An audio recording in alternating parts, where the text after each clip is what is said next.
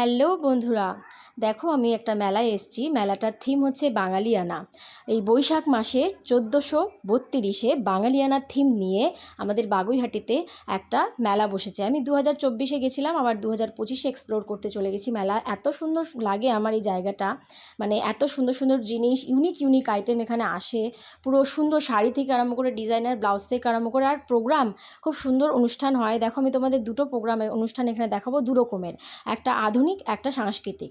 তো আধুনিক যে গানটা উনি গাইছিলেন, মধুমালতী ডাকে আয়, আমার খুব পছন্দের একটি গান। শোনো, তোমাদেরকে শোনাচ্ছি।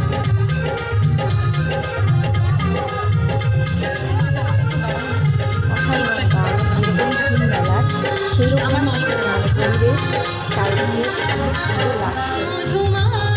গান শুনতে আমি মন একেবারে মুগ্ধ হয়ে গেল, মনটা যেমনি মেলাটা সেমনি মেলার সব জিনিসপত্র, সেমনি গান, সেমনি পরিবেশ, অনুষ্ঠান, সব মিলিয়ে একদম খুবই জাঁকজমক একটা বাঙালি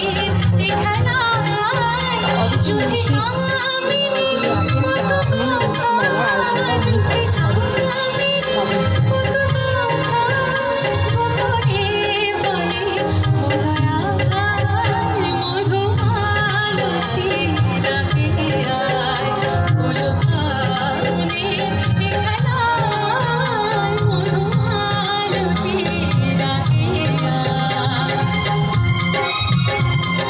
আশা করছি আমার মতন তোমাদেরও গান খুব পছন্দ হয়েছে।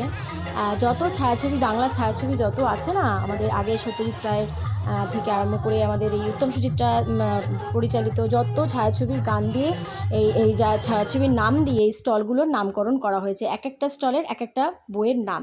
আর প্রত্যেকটা জিনিস একটার থেকে আর একটা অপরূপ সুন্দর, এত সুন্দর কালেকশন, এত সুন্দর ইউনিক, মনে হচ্ছে আমি শান্তিনিকেতনে কোনো একটা জায়গায় জিনিসগুলো দেখছি, মানে এত সুন্দর লাগছে। সাংস্কৃতিক গান এবার এখন গাইছেন, এত সুন্দর গাইছেন উনি। এটা একদম পিওর সাংস্কৃতিক ক্লাসিক্যাল সিঙ্গিং, অসাধারণ অসাধারণ কথা, গায়িকা অসাধারণ গান গায়।